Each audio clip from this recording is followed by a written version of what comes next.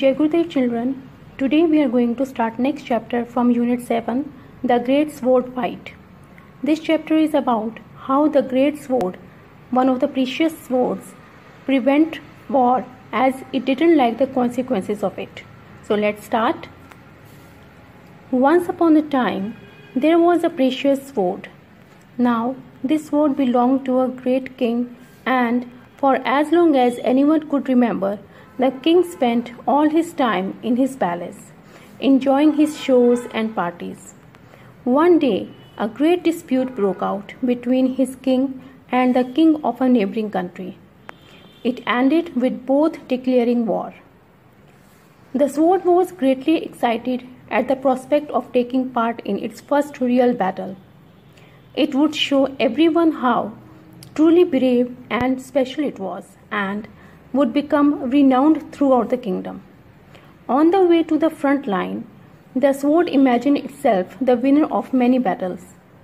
However, when they arrived, the first battle had already taken place, and the sword got to see the results of war. What it saw had nothing in common with what the sword had imagined. No elegant shining knights triumphant with their weapons gleaming in the sunlight. Instead, all that the sword saw was broken weapons and hordes of hungry and thirsty men. There was hardly any food left. Everything was covered in dirt and shrouded in a disgusting smell. Many were half dead and were scattered on the ground, bleeding from the multiple wounds. Now let me explain. Once there was a precious sword which belonged to a great king. One day, a great conflict shot up between the king and the king of a neighboring country, and both declared war.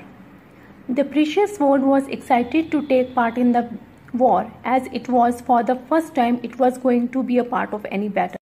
It eagerly wanted to see the result of war before it actually fought it. She expected to be the winner of war. Instead, what she witnessed in the battlefield was horrible. She viewed broken weapons lying on the ground, hordes of hungry and thirsty men. They were all dirty in nasty smell.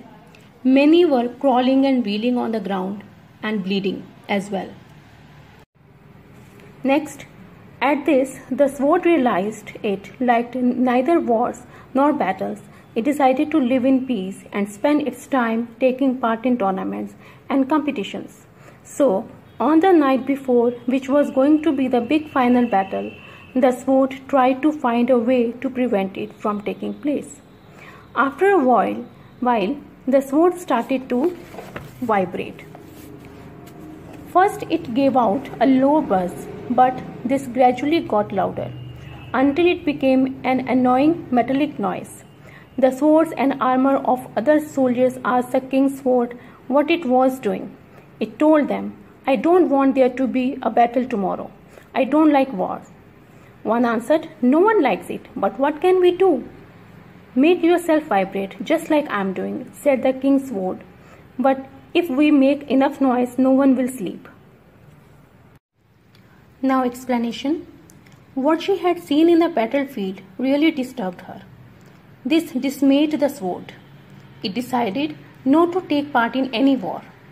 She would like to live in peace and would rather take part in tournaments. So, the night before the big final battle, the sword thought a plan to prevent it from happening. After a while, the sword started to vibrate. It sent out a low buzzing sound, which gradually became an irritating metallic noise. The other weapons asked the sword for the reason for what she was doing. She shared that she didn't want any war to take place the next day.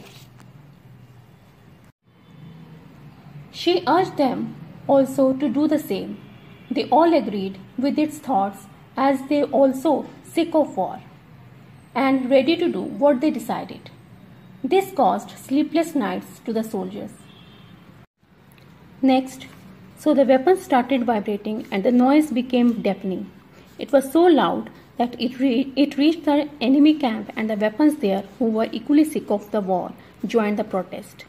The next morning, when the battle should have begun, not a single soldier was ready to fight. No one had managed to get even a wink of sleep, not even the kings or the generals. So, they spent the whole day catching up on sleep. During the evening, they started to wake up and decided to put off the battle for the next day. However, the weapons, led by the king's sword, spent the night repeating their peace song, and again no soldier could rest. The battle had to be postponed yet again, and this carried on for the next 7 days. On the evening of the 7th day, the kings of the two armies met to see what they could do about the situation. Both were furious from their previous dispute, but after being together for a while, they started to discuss their sleepless nights, the surprise on their soldiers' faces, the confusion of day with night, and the amusing situations all this had created. It wasn't long before both were laughing, like friends, at these little stories. Fortunately, they forgot their old disputes and they put an end to the war, each returning to their own land with the double joy of not having had to fight and having regained friend. And from then on, from time to time, the kings would meet up to talk about their experiences as kings. They now understood that the things which united them were much more numerous than anything that set them apart from each other. In short, on the evening of the 7th day, the kings of two armies sat together to discuss their sleepless nights. And except this, the surprise on their soldiers' faces and confusion of the day and night, and the amusing situations. It took no long when they both started laughing and decided to wave off war. Now let's have word meanings of the chapters. Dispute, disagreement, declare, announce, renowned, famous, triumphant, victorious, scattered, spread, wounds, injury, annoying, irritating, deafening, too loud to make someone deaf, metallic, of metals, regain, regret, vibrate, shake, furious, angry, wink, open and close one's eyes quickly.